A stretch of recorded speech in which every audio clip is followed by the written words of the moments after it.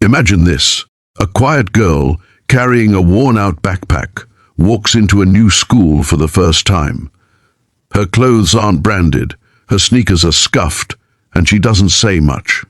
To everyone else, she looks like easy prey, an outsider who doesn't belong.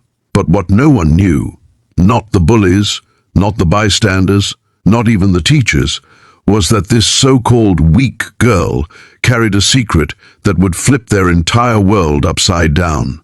By the time they found out, it was already too late. It was Monday morning, and the sidewalks outside Westbrook High buzzed with students. Cars honked, backpacks swung, and groups of friends gathered in clusters. But for Mia, it was different. She walked alone. Her family had just moved across the city after her mother took a new job, and this was her first day at a completely unfamiliar school. Mia wasn't dressed like the others.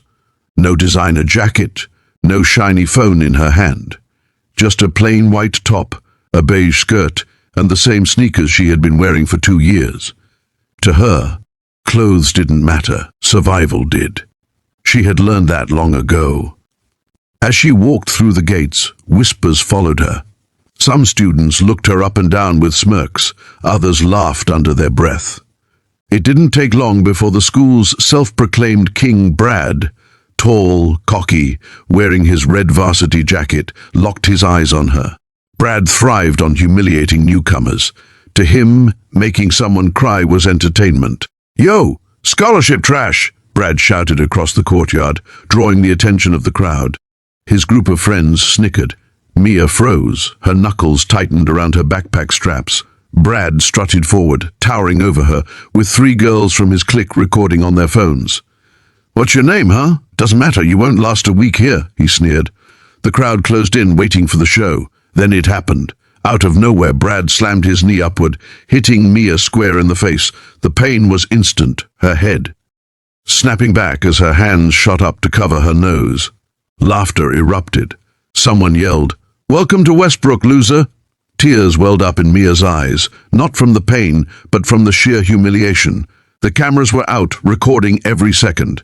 The bullies' friends roared with laughter, their voices echoing like thunder. But Mia didn't scream, she didn't fight back. She simply staggered, steadied herself, and looked Brad dead in the eyes. For the first time, he flinched. Not because she looked weak, but because there was something in her gaze he couldn't understand. Something unshaken, something dangerous. Mia quietly walked away, holding her face. The crowd mocked her retreat, thinking the show was over. But none of them realized the real story had just begun. The next few days, Mia kept her distance. She ate lunch alone. She didn't speak to anyone, but whispers about her spread like wildfire, not because of the bullying, but because of what no one could figure out.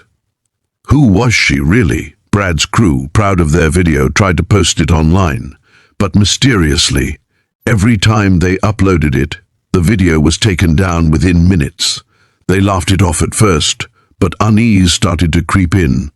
On Friday afternoon, something unexpected happened.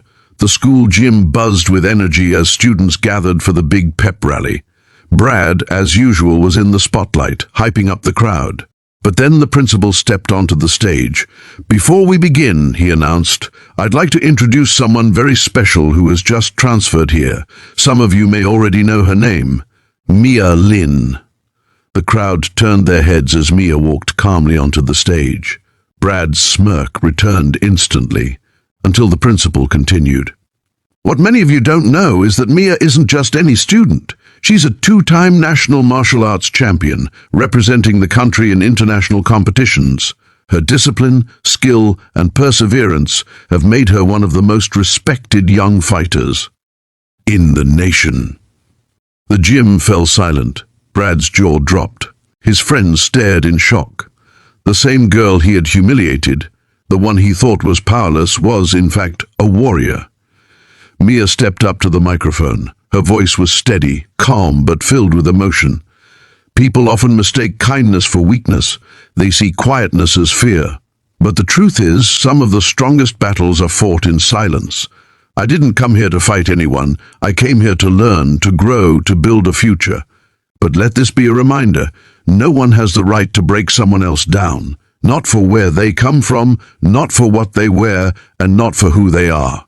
The gym erupted in applause. Students who had laughed at her just days ago now cheered her name. Some even stood in respect. Brad, red-faced, tried to laugh it off, but his reputation was destroyed. His friends pulled away from him, no longer impressed by his cruelty. He realized, for the first time, that his power was an illusion.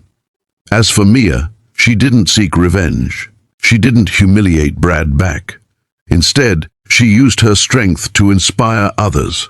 Her story spread across the school, then across social media, but this time not as a clip of humiliation, rather as a message of courage and dignity.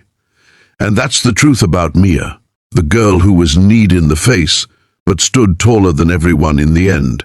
Sometimes the people you look down on are the very ones who can rise higher than you could ever imagine. So the next time you see someone being picked on, remember Mia's story. Because kindness is strength, silence is power, and no one truly knows the battles someone else has already fought.